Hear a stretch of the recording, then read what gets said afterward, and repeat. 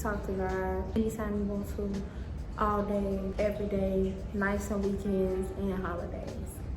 No one's trying to take that from you. Don't let the generational stupidity of saying that you don't want people in your business. What happens in your house stays in your house. You don't need no therapist. You can talk to God. You don't need no therapist. You can talk to your friends. Leave them people alone. God line already full. If any of those statements is something that cycles through your vocabulary, you probably could benefit from therapy.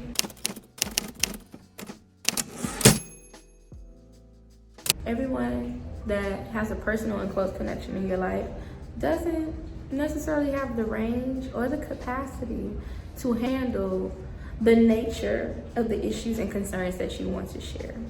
And that is okay. If you have the ability to go to a safe, trustworthy, and unbiased party that you're comfortable with, to divulge the smallest, most insignificant to deepest and most tremendous instances in your life too. Maybe, just maybe, that would create more room, space, and opportunity for those other relationships in your life to actually flourish. A lot of people miss out on the significance, or just don't know the significance or the difference or the value in being able to speak to an unbiased party about what you're going through. And I think a lot of us approach therapy very guarded because we have a lot of misconceptions around how it can be used as a tool in our lives. A lot of us think the way I used to think, which was, you don't go to therapy until your life is like completely in shambles, or you think, you want to harm yourself or harm other people, or like you're completely out of control. We see therapy as an extreme solution to an extreme problem, when we don't realize we need someone in the interim. We need preventative support, because by the time things are that bad, there's a very high chance that kind of help or intercession is beyond helpful for you anymore. It's like it's not really going to do much because the bulk of the damage has been done, or the decisions that have been made that have caused a ripple effect in our lives have already been made.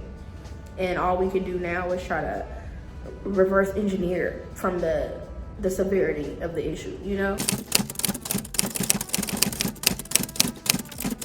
Conversations around therapy and therapy speak now, and therapy and mental health being a trend right now, I really just wanted to approach this whole video of me just basically telling you how I feel and what I think, unprovoked, not that you asked, because it has been monumental to me in my journey of taking back the reins on my mental health, as well as actively pursuing and cultivating a community of support outside of people that I know intimately, beyond just friends, family, and partners. Having a therapist has been a grounding experience, and having a therapist that I actually feel safe with, connected to, and I actually genuinely just feel comfortable to be myself with has been really huge.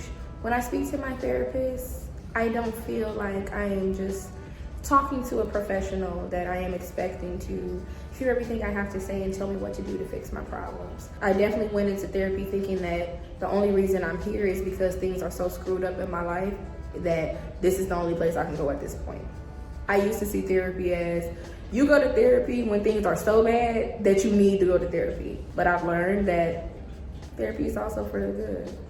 And of course, people would say, why would you go to therapy if there's nothing wrong or there's nothing going on in your life? But I was a person that needed a good, safe, and unbiased place to celebrate some of my joys with.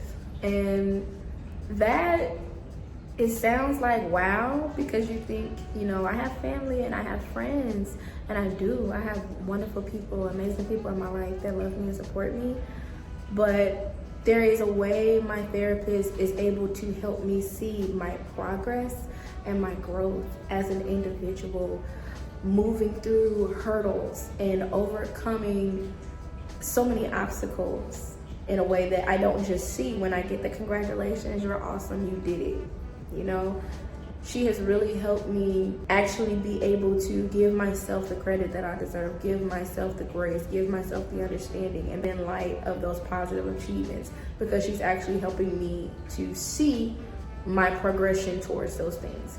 It's not just an empty congratulations or another I'm so proud of you. It's I want you to see why you should be proud of yourself, because look where you've come from. Because I've been there with you. I've been walking you through and talking you through the things that were once mental hurdles for you to get to this positive space, you know? Please don't allow lines of thinking like, I don't want nobody to know my business, or I don't need to pay nobody to listen to me. I have friends for that. I have family for that. I could talk to God. I don't need to talk to no therapist. I just need to pray. Blocking your blessings. And one, you probably burdening, I don't say it. Some of us be burdening people in our lives with problems that are much bigger than what they can handle. And they don't have the range to be able to speak to you in a way that is actually beneficial. And sometimes they literally just don't know what to do with the caliber of information you're giving them.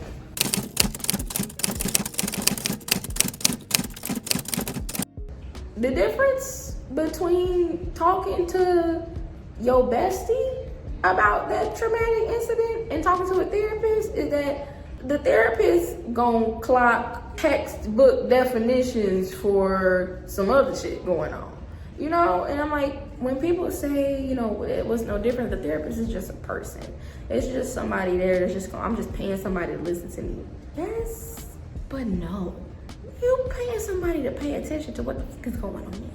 I believe we have a lot of associations with certain relationships and titles that we assume are going to yield a particular kind of healing in our life. You know, you associate having, you know, your parents or maybe older siblings and friends with, these are going to be the relationships that are going to navigate me through everything. These are the people I'm going to be able to go to, that are going to be able to give me the answers to the questions that I have and help me better understand myself and navigate those tough emotions and those storms in life.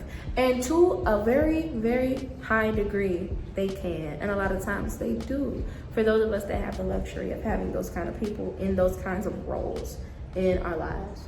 However, what I have noticed to be the difference with dealing with a therapist or someone that is in a professionally trained role to operate a certain kind of way with you is that a lot of those barriers and associations are not there.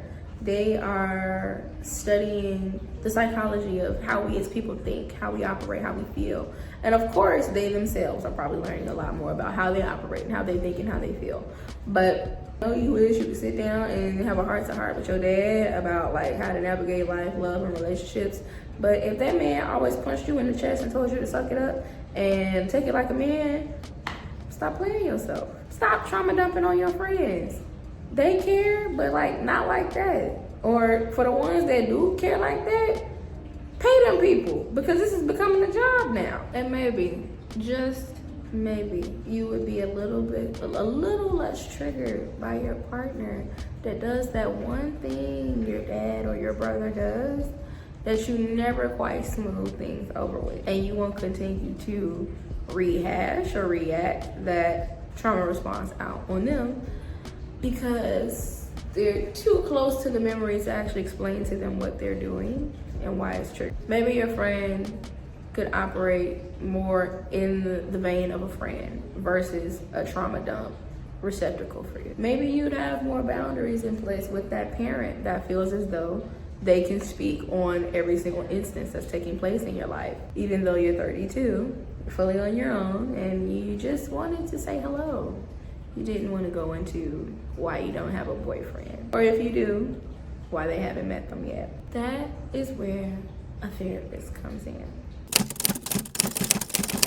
The moment I realized that I really cherished and valued therapy, and it just totally changed the game and my perspective for me, was when I had been seeing my therapist, my first therapist, for maybe about a month and some change at that point, and we were talking through something that was pretty more traumatic for me than I realized, essentially.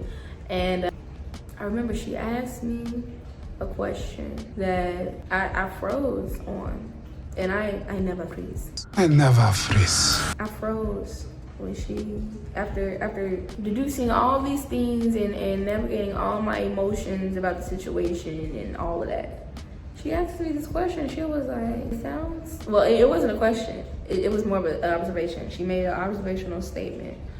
And like, that moment blew my mind. Out of all the people that I had shared this event with, all the friends and family members and that got hyper fixated on who in that event they didn't like and what about that situation they thought was stupid and all these other, you know, side commentaries and critiques that make for good small talk but don't make for good healing.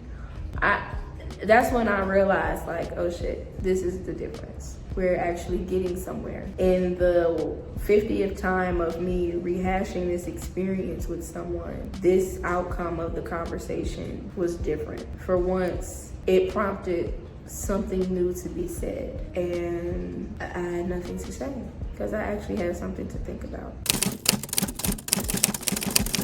There is also intention in going to therapy. There's also intention in coming there, and it's not just to get it off your chest.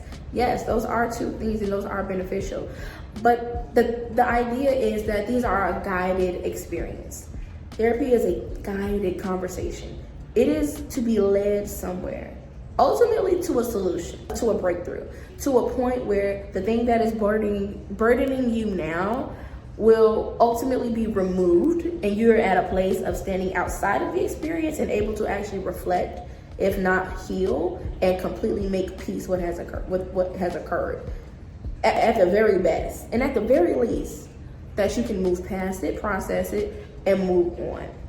A lot of the conversations we have in passing with family and friends and maybe even other people that we trust in our lives or hold to a higher esteem do not always have that guided intentionality in mind in our conversations, which is totally fine. Like, we need direction. And in therapy, I found that direction.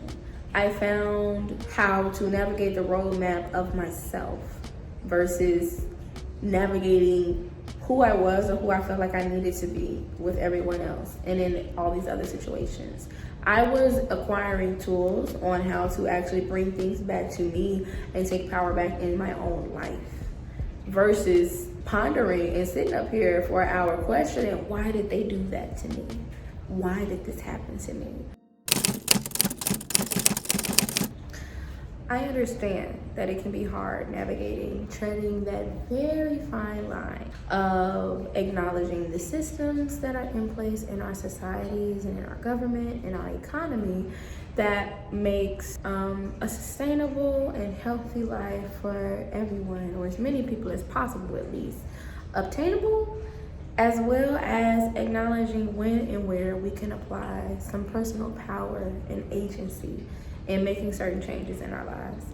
I get it. Basically, what all the internet girlies is saying, what all the video essayists, what all the economists, and what all the people that know something is saying is capitalism. And I have allowed so many think pieces and so many very good and convincing pieces of evidence about how there are so many systems working against me, sometimes put me into such a defeated space and such a space of what's the point of trying and what's the point of doing, because I'm down and there are so many forces actively working to keep me down that I often stopped trying. I want to say that, dare I say, that is probably the ultimate purpose of why a lot of those systems are in place, for you to ultimately come to that conclusion and no longer do the thing that could actually change things, and that's try. And I get it, with capitalism and overconsumption in our day and age and everything becoming a product, a gimmick, or a brand, it can feel like wellness is just another trend. Mental health is just the new fad diet. The next therapy app or resource is the next diet pill. But I'm telling you, it's not. There are cost-efficient means of mental health resources. I know it can sound shallow or dismissive to say, like, you know, I don't care what you got going on, get you like an extended form of support. But I mean that. I mean that. The things that I got access to at my job, I utilized their ERC, their employee resource center, and that is how I got connected to my first therapist. That was something that didn't cost me initially. I got like a couple free sessions before I started paying out of pocket when I left that job. If you have a job that offers benefits to you, even if you're a young person and the benefits you don't even know how your benefits work, look into your benefits. If you are someone that maybe your job doesn't offer those kinds of things, but maybe you're in a low income community or a low income household or a person of color, even look into researching, even on Google, looking into free and low cost mental health resources for you. There are people out there that want to give it to you. There are people out there that know you're marginalized and know that you're often cut out of the consideration of those conversations. And it may not be the first or main priority in your mind to say, man, I'm gonna put a part of my budget to the side, or I even have a budget to put aside to pay to talk to someone about what I'm going through. There's something out there for you. I promise it is. I even have some resources linked in the description of this video for you to just go ahead and research. Those are just a couple things that I snatched from the internet to just help guide you on the journey. And I mean, of course, there are apps out there like BetterHelp. I know there's some other ones. I think it's called Talkspace. I'll have those up in my description and stuff too, because I looked into doing those things even in the midst of like me figuring out like getting my mental health stuff together before I got the therapist that I do. But crucial for me. And that may not be for everyone, but if a lot of us could use that healthy, safe, and unbiased support.